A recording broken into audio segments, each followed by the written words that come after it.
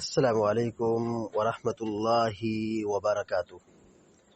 الحمد للہ رب العالمین والعاقبۃ للمتقین والصلاة والسلام علی اشرف الانبیاء والمرسلین نبینا محمد وعلی آلہ وصحبہ اجمعین ومن تبعهم بإحسان إلى يوم الدين، أما بعد، فقال الله عز وجل: أعوذ بالله من الشيطان الرجيم، فإن انتهوا فإن الله غفور رحيم۔ سورة البقرہ کی آیت نمبر 192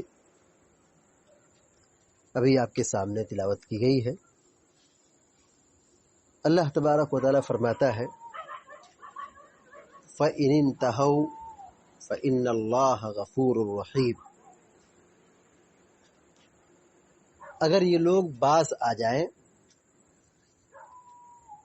یعنی اگر یہ لوگ مسلمانوں سے قتال کرنے اور حرم کی حرمت کو پامال کرنے سے باز آ جائے، حرم میں مار پیٹ اور قتل و غارت گری نہ کریں،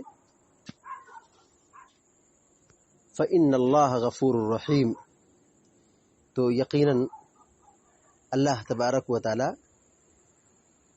بہت زیادہ معاف کرنے والا ہے، بہت زیادہ رحم کرنے والا ہے۔ اللہ تبارک و تعالی نے اس آیت کریمہ میں یہ بات بیان فرمائی ہے کہ اگر یہ لوگ کفر اور قتال سے باز آ جائے، حرم میں مار پیٹ نہ کریں، حرم کی حرمت کو پامال نہ کریں، تو اللہ تعالیٰ مہربان ہے اور رحم کرنے والا ہے، معاف کرنے والا ہے، بہت زیادہ معاف کرنے والا ہے۔ غفور، ان اللہ غفور، بے شک اللہ تعالیٰ بخشنے والا ہے، کس کو؟ لمن تاب، جو توبہ کرے۔ فلا یؤاخذہم بذنوبہم السابقہ، اللہ تعالیٰ ان کے پچھلے گناہوں کا مواخذہ نہیں کرے گا، یعنی اگر وہ اس سے باز آ جائے، کفر چھوڑ دیں، اسلام میں داخل ہو جائے اور نافرمانی نہ کرے، قتال نہ کرے، مسلمانوں کو قتل نہ کرے، تو اللہ تعالیٰ ان کو معاف کر دے گا، معاف کر دے گا، پچھلے گناہوں کے سلسلے میں ان سے نہیں سوال کرے گا اور نہ ہی مواخذہ کرے گا اور نہ ہی عذاب دے گا۔ اللہ تعالیٰ رحیم بھی ہے، یہ تو غفور کی تفسیر ہوئی۔ فإن اللہ غفور الرحیم، رحیم ہے یعنی رحیم بہم لا یعاجلہم بالعقوبہ، کہ اللہ تبارک و تعالی بندوں کے ساتھ، یعنی ان کے ساتھ، بندوں کے ساتھ رحم کرنے والا ہے، یعنی جلدی مواخذہ نہیں کرتا، عذاب نہیں بھیجتا اور سزا نہیں دیتا۔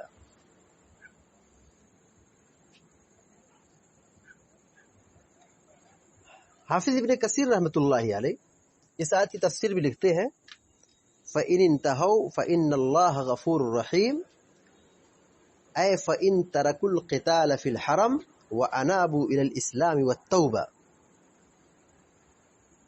یعنی اگر یہ کافر اور مشرک لوگ قتال کو چھوڑ دیں، حرم میں قتال کرنے کو چھوڑ دیں اور اسلام کی طرف لوٹ آئیں، توبہ کر لیں، فَإِنَّ اللَّهَ غَفُورٌ رَحِيمٌ، تو یقیناً اللہ تعالیٰ بخشنے والا، رحم کرنے والا ہے۔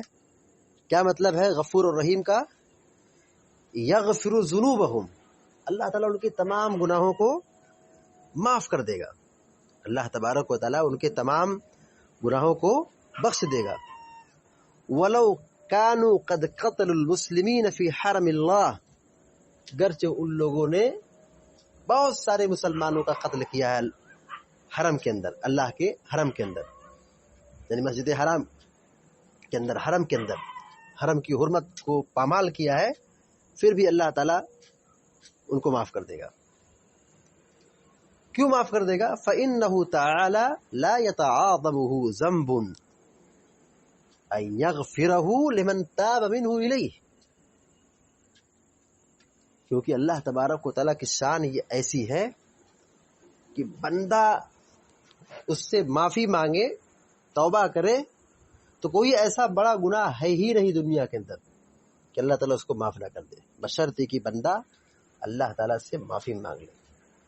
صدیوں آدمی گناہ کی زندگی میں ڈوبا ہے، نافرمانی اور ظلم و ستم کی دنیا میں ڈوبا ہوا ہے، مگر اللہ تعالیٰ سے مغفرت طلب کر لے، استغفار کر لے، توبہ کر لے، معافی مانگ لے، تو اللہ تعالیٰ کی یہ رحمت جوش میں آتی ہے اور بندوں کو اللہ تعالیٰ معاف کر دیتا ہے. تو اگر یہ کفار اور مشرکین قتال کو چھوڑ دے، کفر کو چھوڑ دے، تو اللہ تعالیٰ ان کو معاف کر دے گا. یہی بات اللہ تعالیٰ نے دوسری آیت کے اندر بیان فرمائی ہے قُلْ لِلَّذِينَ كَفَرُوا إِن يَنْتَهُوا يُغْفَرْ لَهُم مَّا قَدْ سَلَفَ. اے نبی کہہ دیجئے، اعلان کر دیجئے ان لوگوں سے جنہوں نے کفر کیا ہے، اگر یہ باز آ جائے، چھوڑ دے کفر کو، سدھر جائے، تو ان کے پچھلے سارے گناہوں کو معاف کر دے گا اللہ تعالیٰ، معاف کر دیا جائے گا. کیونکہ اسلام کی تاثیر ہے وَأَنَّ الْإِسْلَامَ يَهْدِمُ مَا كَانَ قَبْلَ. آدمی اسلام قبول کر لے، اللہ تعالیٰ اس کے پچھلے سارے گناہوں کو معاف کر دیتا ہے. اس سے ہم اللہ تعالیٰ کی رحمت کو سمجھ سکتے ہیں کہ اللہ تعالیٰ بندوں پر کتنا مہربان ہے، کتنا رحیم ہے اور کتنا غفور ہے. اللہ تعالیٰ سے دعا ہے کہ اللہ تعالیٰ تو بھی ہم سب کو معاف فرما دے اور ہم سب پر اپنی رحمت نازل فرمائے، اور ہم سب کو دنیا میں جب تک زندہ رکھے ایمان اور توحید پر قائم رکھے. آمین رب العالمین. اقول قولی هذا واستغفر الله لي ولكم ولسائر المسلمين فاستغفروه انه الغفور الرحيم. وصلى الله على نبينا محمد وسلم تسليما كثيرا.